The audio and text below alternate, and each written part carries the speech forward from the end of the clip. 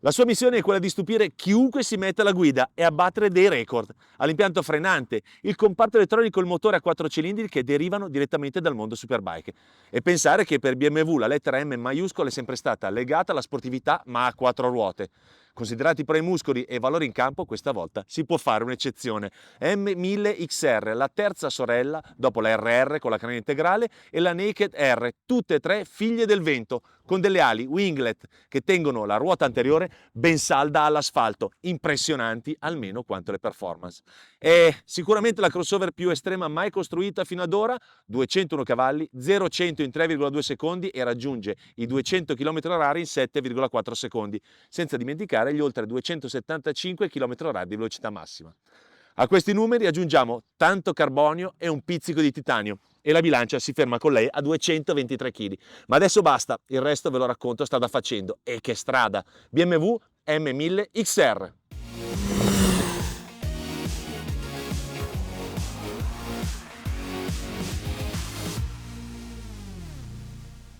Bastano pochi chilometri, una manciata di curve, dell'ottimo asfalto per capire di che pasta sia fatta questa XR, che prende il motore della sorella Naked, la R, equipaggiato della tecnologia ShiftCam, cioè la fasatura variabile non presente sulla S1000 XR. Il modello che sto guidando è farcito di ogni optional, la più radicale è sicuramente la presenza dei 2 cerchi in fibra di carbonio, che riducono di 3 kg il peso totale. Ma chi ha un po' di conoscenza delle leggi della fisica capisce che le minori masse sospese corrispondono a tanta leggerezza nelle guida e molto meno sforzo nei cambi di direzione. Cosa si trova sul ponte di comando della M1000 XR? Andiamo con ordine, logo M ben in evidenza con i colori del motorsport, strumentazione abbastanza tradizionale, nel senso che troviamo display che già abbiamo visto in altre occasioni, ma la cosa incredibile è come si possa poi personalizzare nella guida la moto. Mappature ovviamente che si possono gestire sul lato destro del manubrio, Rain, Road, Dynamic Race Pro 1, poi si può entrare ancora di più nel merito del setup. Tra l'altro era venuto fuori, attenzione, ABS setup, vuol dire che era stata regolata per avere lo sliding al posteriore. Entriamo un po' più allora nel merito di questa strumentazione strafighissima, che prevede anche l'opzione sport con una serie di display alternativi. Tra l'altro qui avevo già visto anche in passato, c'è l'indicatore della inclinazione quando si guida, l'intervento del DTC, Dynamic Traction Control, e la decelerazione in metri al secondo quadrato quando si frena in modo molto aggressivo. Se non vi piace questa strumentazione digitale, se ne possono scegliere un altro paio con l'indicatore anche del tempo sul giro, ed è molto interessante la personalizzazione. Entriamo invece in quello che è la gestione più specifica della moto. Qualora voleste personalizzarvi non soltanto l'elettronica ma anche il setup delle sospensioni, si entra in setting, dopodiché si va in assist e soltanto nell'opzione Race Pro si può lavorare sul setup delle sospensioni, altrimenti su Dynamic e Road sono preselezionate. Damping viene ovviamente attivato, scendiamo, in questo caso ti indica che sei solo alla guida. Assist, Vehicle Setting, andiamo giù, scendiamo, Riding Mode, Selection, tutti i Riding Mode che sono disponibili, quelli che si possono selezionare, configurazione, e qui si entra nel merito di quello che è stato il setup che ci è stato proposto con la configurazione Race Pro, quindi si possono regolare il comportamento del motore, il freno motore, il traction control, il wheeling control e l'ABS. Wheeling control è anche l'intervento nel, diciamo, nel backflip, nello stopping con control. Quindi insomma sostanzialmente ci si può davvero fare su misura anche questa parte del carattere della moto. E adesso ci prendiamo anche il gusto di sentire il motore, il 4 cilindri da 201 cavalli. Faccio vedere anche con che velocità sale il contagiri ogni volta che lo stuzzichiamo, il motore.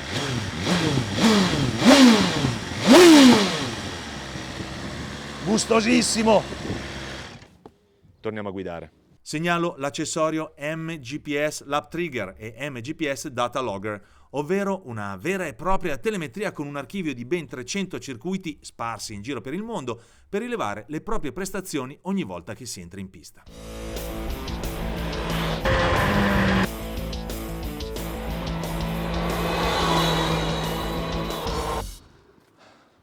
Faccio una premessa. Siete pronti a vivere un'esperienza unica nel campo delle crossover? Se decidete di sfidare, affrontare, vivere la BMW M1000XR, questo dovete metterlo in conto, perché cambia completamente e in modo radicale la percezione della guida, soprattutto in virtù del fatto che stiamo guidando una crossover, manubrio alto, poca protezione dall'aria, posizione tutto sommato confortevole, ma sotto questo vestito impreziosito da carbonio e winglet, che sono le appendici aerodinamiche che permettono di dare maggior carico all'avantreno, in realtà si nasconde una superbike a tutti gli effetti. E adesso vi spiego perché.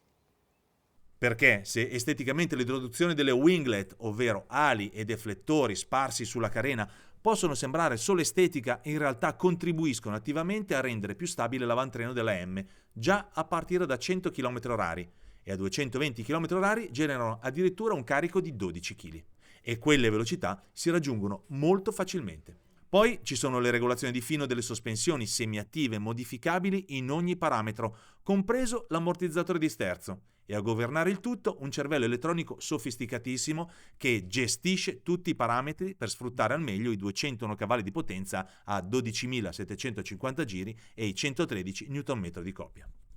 Prima di entrare nel merito della prova, dei 150 km che abbiamo percorso oggi e del consumo medio rilevato dal computer che si è assestato sui 6,7 litri per 100 km, vi segnalo che la moto in questione che ho provato oggi è equipaggiata di M-Pack, cioè del pacchetto accessori M, quello che la rende ancora più estrema, che si contraddistingue per una serie di elementi estetici in carbonio, sparsi un po' ovunque, nei posti più belli, anche la carena, la parte posteriore della strumentazione, qui in prossimità del pulsante di accensione,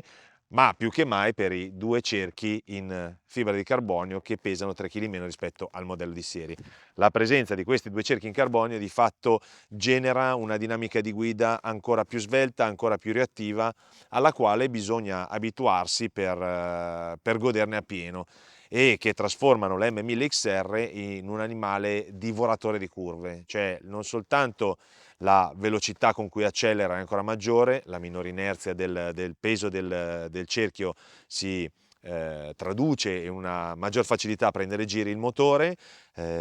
ma più che mai quando la si guida il destra-sinistra e la capacità di chiudere che ha le curve inizialmente può mettere anche un po' in difficoltà, perché è talmente svelta, talmente rapida, che ogni tanto, anzi spesso, i primi chilometri bisogna continuare a correggere la traiettoria, perché sennò ci si trova addirittura troppo interni. Dimostrazione che questi elementi, che non sono soltanto estetici ma sono proprio funzionali alla guida, trasformano radicalmente anche il carattere di una moto, come è successo già in passato con la M1000RR, provata lo scorso anno al Mugello, e vi invito ad andare a vedere la prova di Stefano Cordara, e poi anche la sorella M1000R, la Naked,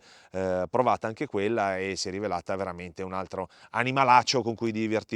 abbondantemente. Manubrio alto, impianto frenante con dischi da 320 mm realizzato da Nissin, derivato direttamente dall'esperienza agonistica, e peso a vuoto di 223 kg, contribuiscono a rendere il piacere di guida un'esperienza tipicamente BMW M. Tutto è votato alla sportività, non è un caso che non siano previste le borse laterali e che il passeggero quindi non sia un ospite particolarmente gradito. Parto dalle cose più facili, cioè la posizione di guida rialzata, si tocca abbastanza bene con entrambi i piedi a terra, entrambi toccano le punte, però si è ben inseriti, zona sella serbatoio molto snella, si va giù dritti senza grossi problemi, manubrio largo, secondo me una posizione veramente azzeccata, soprattutto perché rispetto alla S1000XR provata in passato, la sella ha una conformazione leggermente più lineare, meno infossata, che ti costringeva ad assumere una posizione un po' costretta e un po' bassa. Qui invece è un po' più alta, resta secondo me il limite lunghezza dello spazio riservato a chi guida un po' poca, insomma ti costringe in qualche modo a mantenere la posizione indicata. Però bellissimo il manubrio, bellissimi i comandi, leve in questo caso completamente regolabili, in più il pacchetto M prevede anche il fatto che si possano muovere in caso di scivolata, che non auguro a nessuno ovviamente, e anche tutti i comandi, anche i piedi, sono totalmente regolabili, sia la pedana con un pivot che gli permette di ruotare su se stesso, sia quella ovviamente del lato destro sia quella del lato sinistro, e naturalmente le due leve sia del freno posteriore che della leva del cambio, che sono completamente regolabili. Posizione di guida che sfrutta soltanto in parte la protezione del cupolino, che si può regolare su 2 livelli.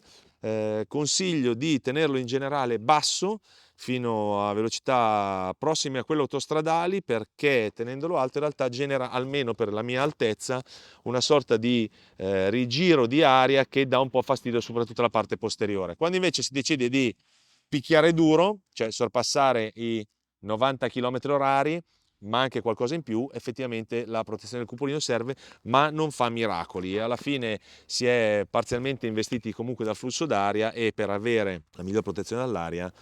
del resto ho detto all'inizio che stiamo guidando quella che è una versione di una superbike mascherata da crossover, bisogna nascondersi molto bene dietro il cupolino per non incappare ovviamente nei flussi eccessivi d'aria.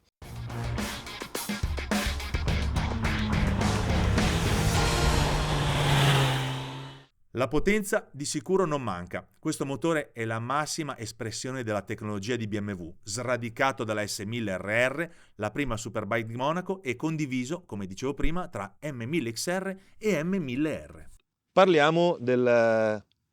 cuore pulsante di questa M1000XR, 4 cilindri, 201 cavalli, una montagna di coppia,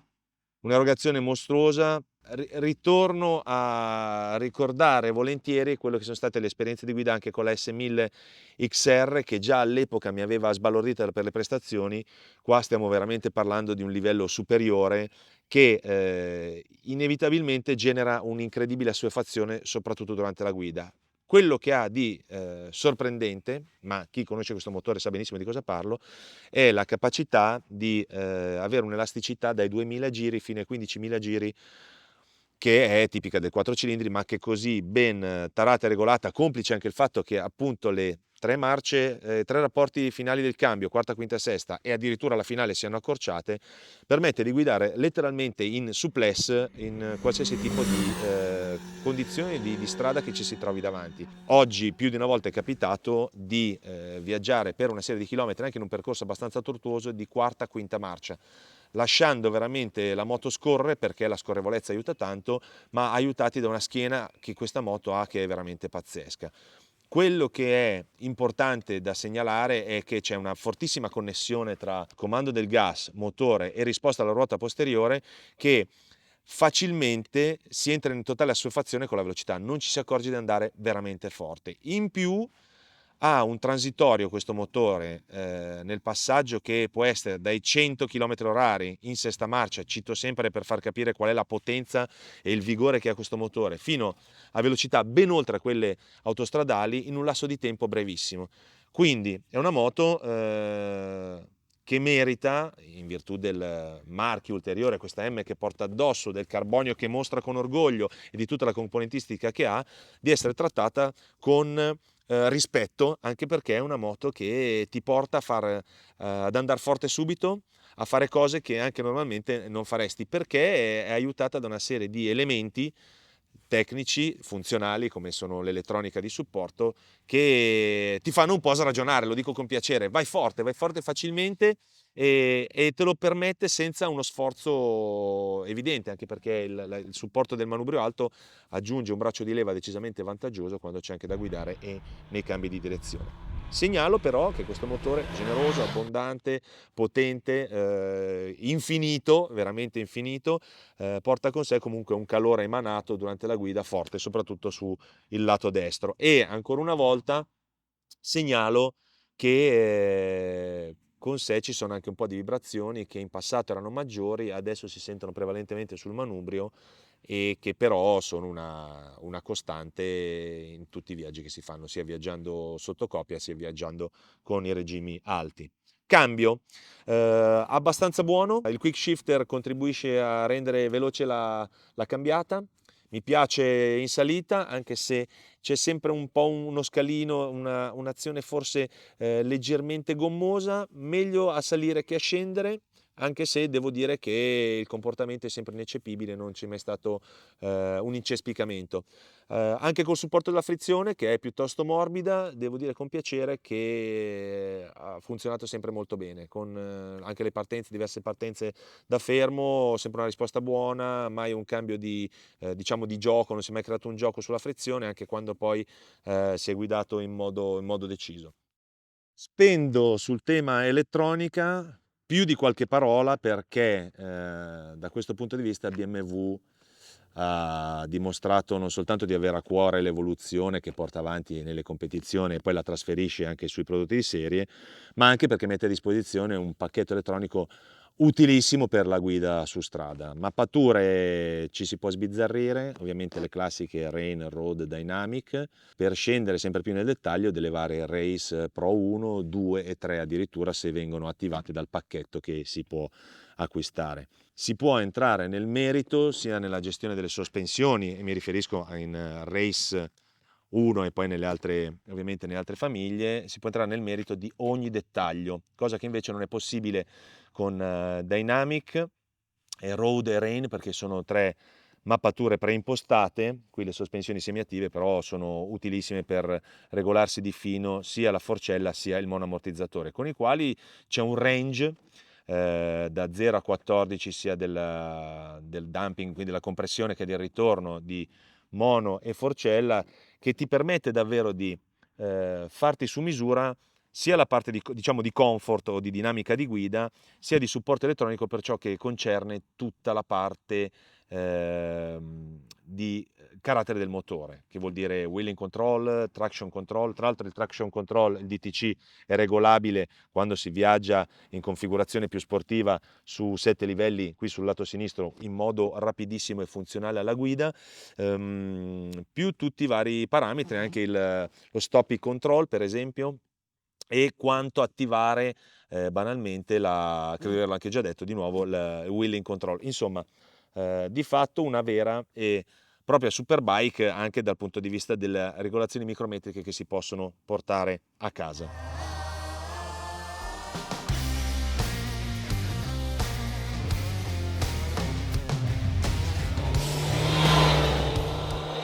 Ci sono due modi di essere M1000XR: in bianco, meno estremi, con cerchi forgiati in alluminio, ma si può sempre ordinare con la coppia in carbonio oppure la Total Black, che di fatto non rinuncia a nessun particolare in carbonio e a tutte le regolazioni di fino dei comandi al manubrio e sulle pedane. Mi spiace dire in questo caso che siamo arrivati ormai alle conclusioni, lo faccio un po' malvolentieri, nel senso che quando si hanno a disposizione moto di questa caratura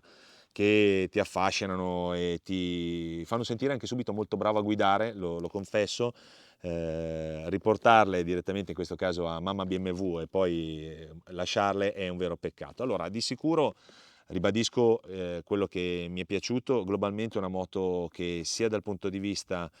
della ciclistica sia dal punto di vista delle prestazioni e dell'elettronica è un ottimo punto di riferimento alla categoria, anzi non soltanto per prestazioni. In questo momento lei detta un po' le regole del mondo delle crossover sportive e gli altri si dovranno rimboccare le maniche se vogliono in qualche modo stare al suo passo. Detto questo, è una moto che merita di essere trattata anche con i guanti bianchi, perché come ho detto prima è una moto che porta facilmente la sua fazione e perdere la misura della velocità e della prestazione pura è possibile. Vale però quanto detto che ha a disposizione per esempio un impianto frenante di altissimo livello, pinze monoblocco della Nissin con dischi Brembo, un match che a mio avviso funziona bene, la frenata è sempre precisa, modulabile, non ci sono intervalli e ritardi nel momento in cui io cerco il contatto con la leva anteriore che poi vanno a appoggiare, che va a appoggiare appunto le pastiglie al disco, ma il funzionamento è buono. Non ho mai avuto la percezione di uno stand up da parte della gomma anteriore del freno anche a moto piegata, cioè a moto piegata la moto tendesse a rialzarsi. Buono il comportamento del freno posteriore. Rimane quello che ho detto, dal punto di vista del comfort c'è qualche limite, forse un po' la posizione della seduta, il calore emanato sul lato destro e le vibrazioni al manubrio. Per il resto